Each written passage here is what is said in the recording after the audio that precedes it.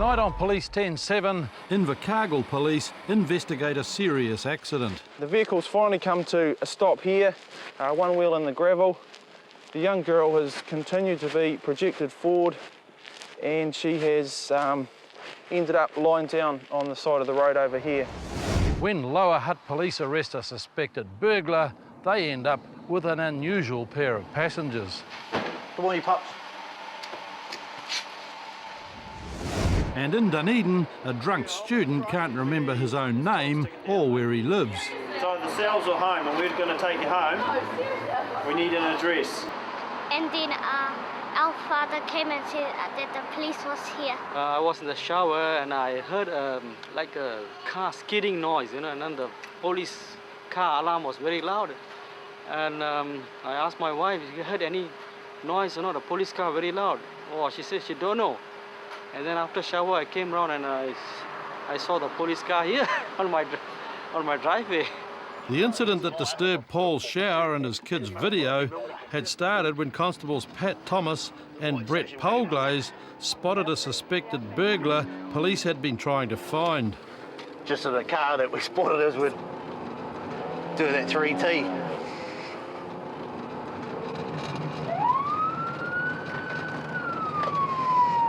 There he is, mate. Yeah, it went left.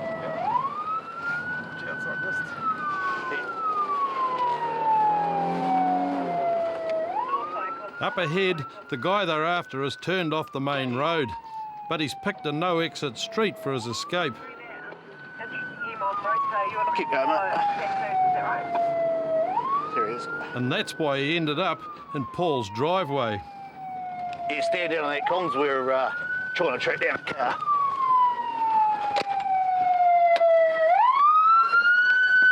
Hello, sir. Can I see your licence, please? Oh, I don't have one. You don't have one? What do you do to drive if you haven't got a licence?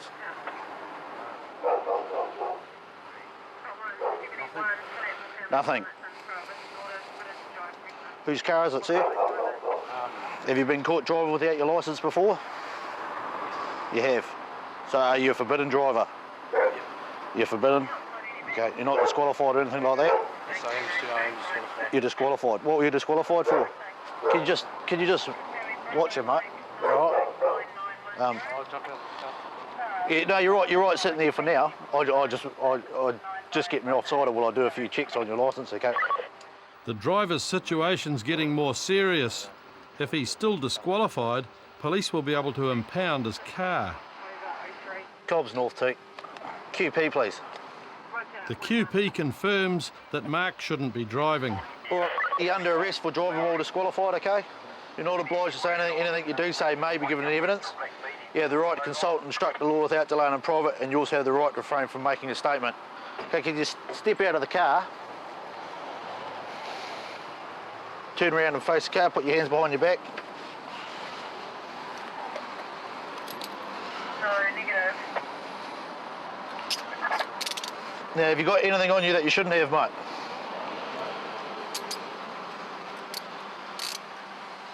Excuse me?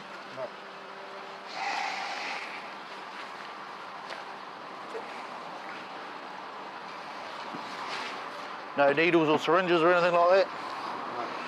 Now, you know the car gets impounded for 28 days? All right, just go down that way. What are we going to do with your dogs? Somebody. Just come over this way.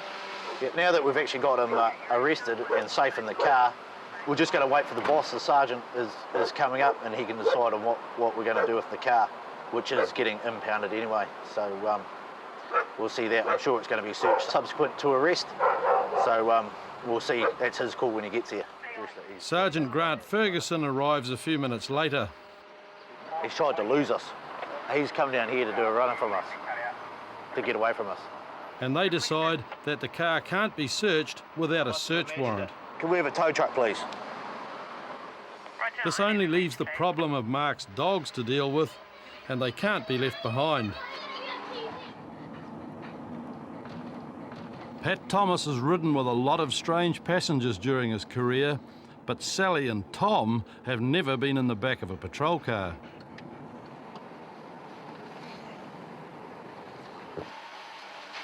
Come on, you pups. This way.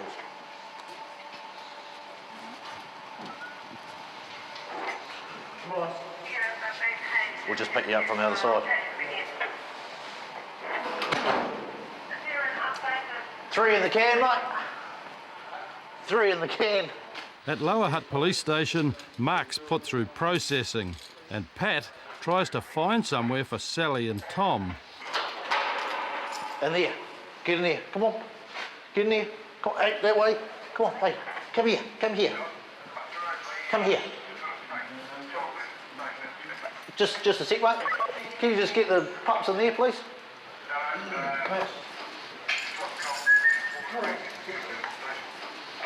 Yeah, there it is. Cheers, boy. Come on. Oh.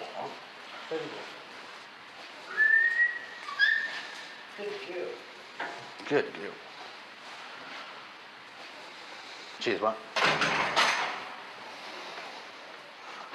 Do not forget about them. While Pat's been dealing with the 2 dogs, CIB detective Dominic Hayden's been out to get a search warrant for Mark's car. And it doesn't take long before police make their first discovery. That's what was found underneath the seat, and we'll take that away and have a closer look at it. Inside the station, a search of the pouch turns up a number of empty point bags that are usually used for packaging methamphetamine. 8 balls. But the only drugs police find are a couple of cannabis tinnies. So it's your standard $20 or $25 tinny, whoever you buy it from. A search of a rucksack that also came from the car reveals a number of utensils used for smoking methamphetamine. It's a standard glass tube used to smoke methamphetamine. It's a drug that Dominic Hayden's seen a lot more of lately. The Hutt Valley in the last, I suppose it'll be 12 to 18 months, has really seen an upsurge in the use of methamphetamine and P. Yeah, even offenders who I've dealt with in regard to methamphetamine have said that they wish they'd never got onto it. Dealt with a guy last week, he's probably lost about 20 kgs or so over the last 6 months, and he said it's really screwed up his brain. It's just a horrible stuff. I hate it with a passion. Yeah. As well as the drug paraphernalia, the search of the rucksack uncovers a couple of items that raise police suspicions. Palm Pilot. That's a brand new car kit box. But the overall result wasn't quite what Dominic had hoped for. Yes, it was a little bit disappointing with what we found, considering what the potential was going to be. Found upwards of about 10 point bags, but they were all empty. There may have been a little bit of residue in a couple of them. But in regard to all the other property, it's pretty suspect of why you've got items from cars and that all stacked up in a bag. So we'll certainly be looking into him in a lot more depth. When Dominic confronted Mark about the contents of the rucksack, Mark had no idea where it all came from. While executing the search warrant, we found the bag in the back with the property in it as well. The discipline and the sewing, but that's fine. Can you vouch for where that stuff's come from, or is that all yours, or is it stuff? Yeah, that stuff was already in the car. I don't know who's bad. A lot of people go through their car, I'll borrow their car, a lot of people just use it because, Oh, we'll go on. We'll talk about it. Yeah, no worries. Okay, so I'll go and sort At court, Mark was found guilty of driving while disqualified, possession of utensils and possession of cannabis, and he was sentenced to 9 months in prison. It's early evening just north of Invercargill when Constables Richard Lindsay and Stephen Malloy are called to a traffic accident. Yeah, we've been called to a car that's hit a 8-year-old child, unsure of, well, we know the child's got a broken leg, ambulance is on the way, unsure of the speed of the vehicle at the time, so we'll find out when we get there, I guess. At the scene, people are attending to Sharon, the 8-year-old victim, and the elderly driver of the car is trying to work out how it all happened. Right in front of me here. Okay. were you driving, were you? I was driving it. Okay. And I was just coming along here, and this little girl just ran straight into the... As Richard takes the driver back to the patrol car for an initial statement, ambulance officers are trying to work out what injuries Sharon has suffered. Squeeze my fingers. Squeeze my fingers as hard as you can, both sides. Go. You won't hurt me. Good girl. Well done. Well done. Okay. Can you pull your foot towards your face? Your right foot. Can you pull it towards your face? You pull your foot up. Oh, this one. Well done. Good Okay, girl. and this one?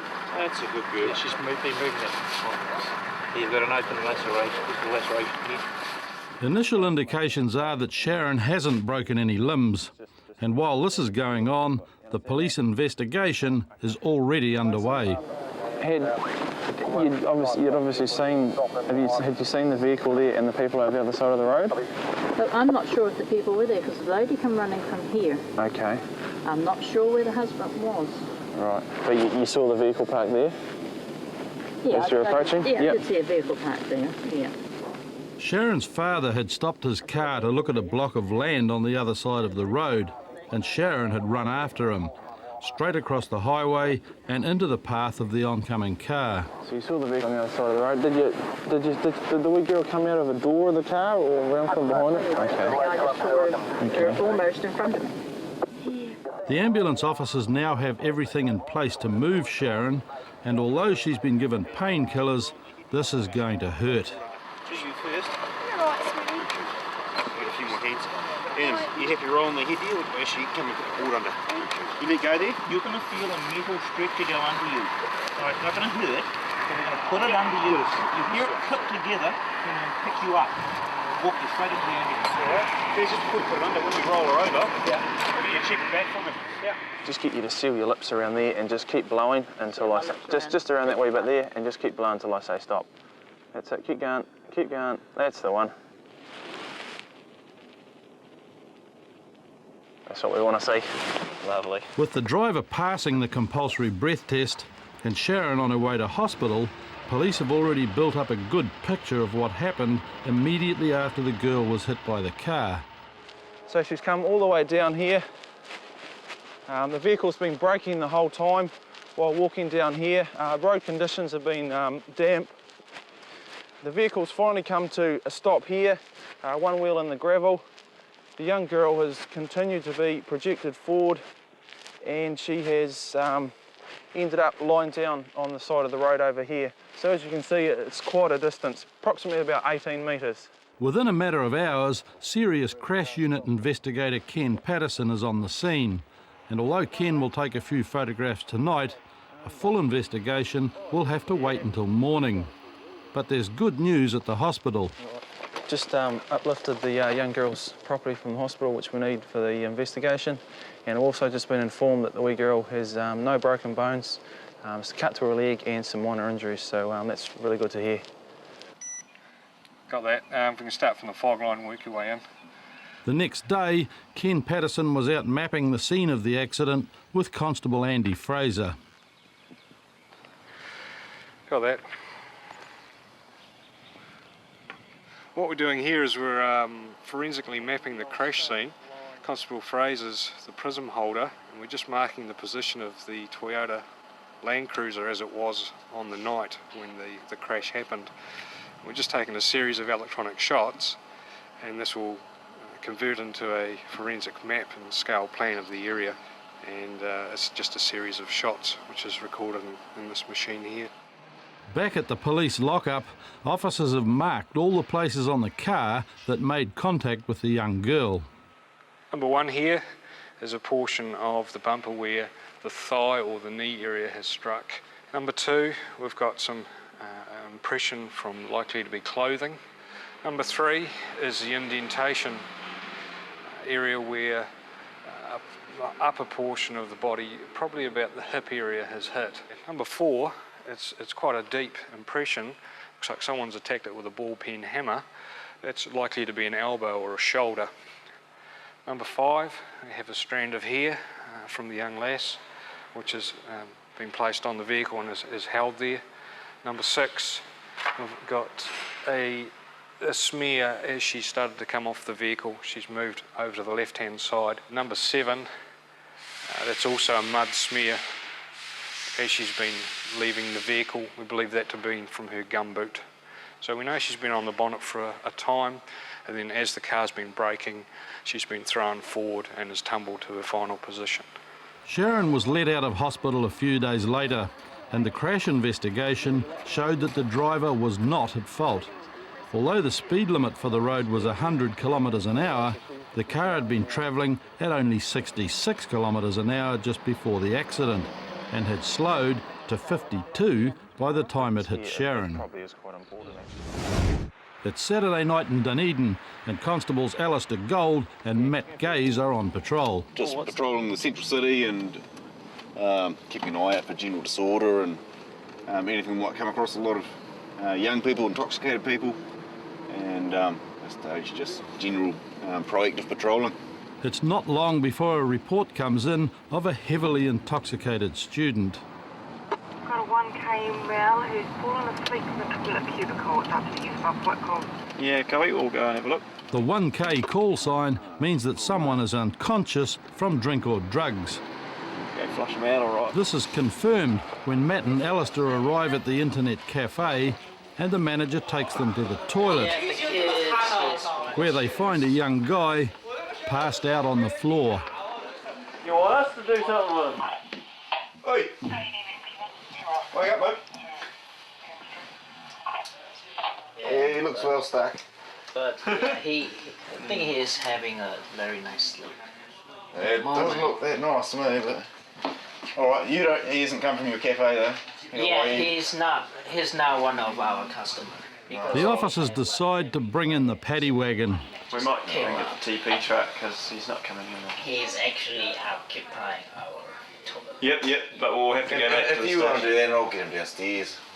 Sure? Yeah, I'll just... Alright, he's not coming in the car. I'm just going to grab up. Yeah, that's a good idea. No, that's fine, mate. We'll take him away for you. While Alistair gets the truck, Matt's left with the hard job of getting the guy back on his feet. Alright, come on, Phil. Hey, go. Alright, let's go. You what? Wish you could. Wish you could?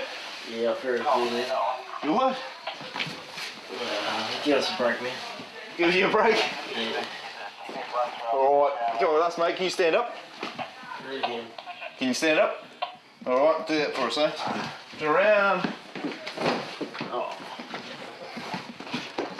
Yeah, mind the walls. Yep, and that one. And straight ahead. Left turn. Good. You alright? Yeah, brilliant. Alright. Keep stepping down there. Lean on that wall, eh? Right, check yourself over here. Keep going. The young man's legs seem to be in working order, but his ability to speak is clearly impaired. Where do you live, bud? Ellington, maybe. Where? Ellington, maybe. You what? Ellington, maybe. Where do you live? We're going to hop in the truck and we're going to take you home. All right? Hey, you can look here, man. What's that? I'm seriously walking, man. You seriously. Hey, Goldie. Yeah. Can you understand this boy? Where does he live? I probably, yeah, I'm sure. Where do you live, mate? Hey, where? Hey, like I said, if you can't tell us where you live, you're going to have to go in the cells, and we don't want that. And I bet you'd rather go home. Yeah, I really think. You what? Quickly, as time's ticking down, mate. It's either the cells or home, and we're going to take you home. We need an address. Nah, right, that's it. What's your phone number at home, mate? What's your phone number? Give us your wallet. Let's have a look at your name. If you got time, but seriously, it's not reflecting there. I'm seriously too long. Do you know your home phone? Do you know your phone number at home? 321, then it's all over. Nah, okay. You haven't got a wallet? This guy's going to get a nice ride. With no wallet and no identification, the officers have no choice but to take him back to the station. No, they're on the floor. Okay, hop out, I'll get them for you, mate. Yeah, okay, I've had a lot to think this time, man. Yeah, a lot of think. All right. Okay. Hold on to the door there. Hold on to that. At the station, Senior Sergeant Steve Aitken discovers that this mystery man is a very long way from home, 362 kilometres away. What city are we in? In T1. We're in Christchurch. Yeah. What do you do in Christchurch? I'm an engineer. An engineer in the army? Well, I'd like to be. You'd like to be in the army? Seriously. But you're not in the army now? Yes, there are certain precautions that And you live in Christchurch? I do. And you went out drinking in Christchurch tonight? Yes. Okay, so you're at the Christchurch police station, that's what you think? Not exactly. Not exactly? Yes, between the and police station. Between Christchurch and the police station? Yes, I believe. In which city? In Christchurch. Okay, would it come as a big surprise to you if I told you you were in Dunedin? No. No, it wouldn't? No, it would not. So you went out drinking where? In Christchurch? Yes. And it doesn't surprise you that you've ended up in Dunedin? No. That's good. How's that? Because you're in Dunedin. Oh, In no shape to head back to Christchurch, this long-distance drinker is given a bed for the night. Next week on Police 10-7, a burglar caught red-handed thinks he's been dealt a raw deal. You wouldn't really think that the pigs would get involved if you're going to go steal someone's dope. You wouldn't think the owner of the house is going to ring up and say, "Yeah, someone can't steal my dope." An Auckland boy racer gets caught out racing on the motorway. What were you thinking? Auckland police find double trouble at a supermarket car park with a turf war over newspaper deliveries.